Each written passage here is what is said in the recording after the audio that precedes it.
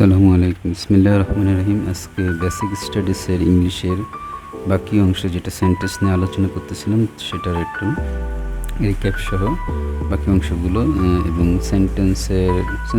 সেন্টেন্সটা আজকে ইনশাল্লাহ কভার করব। So let's start. তার আগে দু একটা কথা আবার বলতে চাই। এটা একটা মেথড, এক একজনের এক এক মেথড বা যে ডেস্টিনেশনে যাওয়ার এক একজন এক এক প্রসেস। কেউ গাড়িতে যায়, কেউ লঞ্চে যায়, কেউ বাসে যায়, কেউ এয়ারে যায়। ডেস্টিনেশনে যাওয়াটা হলো মেন উদ্দেশ্য বা টার্গেট বা ওরিয়েন্টেশন বা এইম। তো আমার মেথডটা আমার মতো করে আমি সবসময় হ্যান্ড নোট করে বিভিন্ন বইয়ের আঙ্গিকে আমার মতো করে হ্যান্ড নোট করে করছি এবং সহজভাবে উপস্থাপন করার জন্য আমি নিজে ডেফিনেশন বের করছি। এটা কি মানতে হবে তা না, যাচাই করে আপনি আপনার মতো বই আছে বইয়ের জন্য আমি সাজেস্ট করি চৌধুরী হোসেনের বইটা অনেক ভালো। আমি এটা সবসময় আমার হাই স্কুলের থেকে ডিগ্রি পর্যন্ত এই বইটি ফলো করছি। তো এটাই বিষয়ে অনেক কিছু আরও পাওয়া যেতেও পারে। আমি তো বলি আমি জাস্ট মার্কেটিং করতেছি, আমার মতো করে বোঝাই এবং আমি কনফিডেন্ট যে আমি একেবারে খারাপও বুঝি না, ভালো করতে পারি জানি না।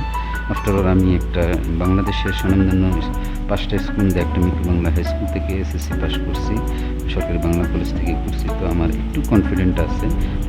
So let's start. তো মডার্ন ইংলিশে কিন্তু আবার ওই 5টা সেন্টেন্সকে 4টাতে ভাগ করছে, ডিক্লারেটিভ, ইন্টারোগেটিভ, ইম্পারেটিভ, এক্সক্লেমেটিভ। ওই অপটেটিভ আর ইম্পারেটিভকে একটার মধ্যে রেখেছে, কেননা ওই do not run the sun এটা অপটেটিভ, আদেশসূচক, মানে উপদেশমূলক হলেও অ্যাডভাইস বা হলো সাজেশন হলো, এটা যখন সাবঅর্ডিনেটকে বলা হয় কমান্ডিং সে, তখন এটাই আবার ইম্পারেটিভ হয়ে যেতে একটাতে ভাগ করছে, একটার মধ্যে ক্লাসিফাইড করে রাখছে। তো এখন এক্সক্লেমেটরি যেটা হলো ইমোশনাল বা সেন্সুয়াল এক্সাইটিং টাইপের হবে, আবেগসূচক বাংলায় বলা হয়।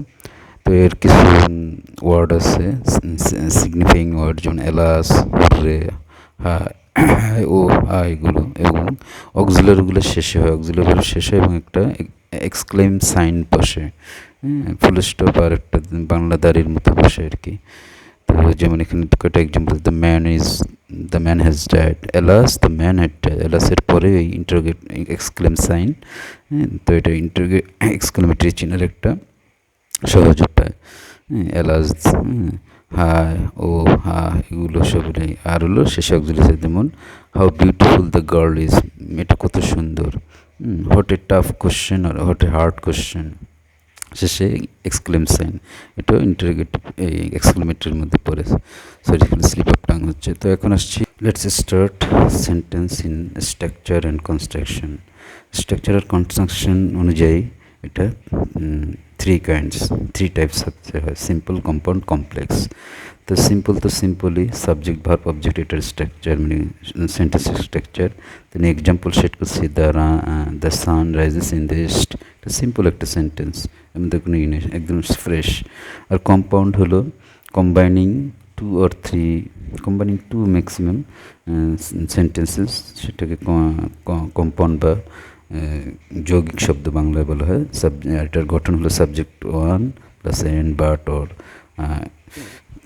সাবজেক্ট 2। তো দুইটা সেন্টেন্সের মধ্যে কম্বাইনিং করে। এক্সাম্পলটা হলো ডু অর ডাই, মর অথবা বাঁচো, বাংলা করলে যা হয়। রহিম অ্যান্ড করিম আর ব্রাদার্স। তো এটা কম্পাউন্ডের মধ্যে অ্যান্ড, বাট, অর এগুলো হলো চেনার উপায়। 3টা ওয়ার্ড বেশি ইউজ হয় এই কম্পাউন্ড সেন্টেন্সের মধ্যে।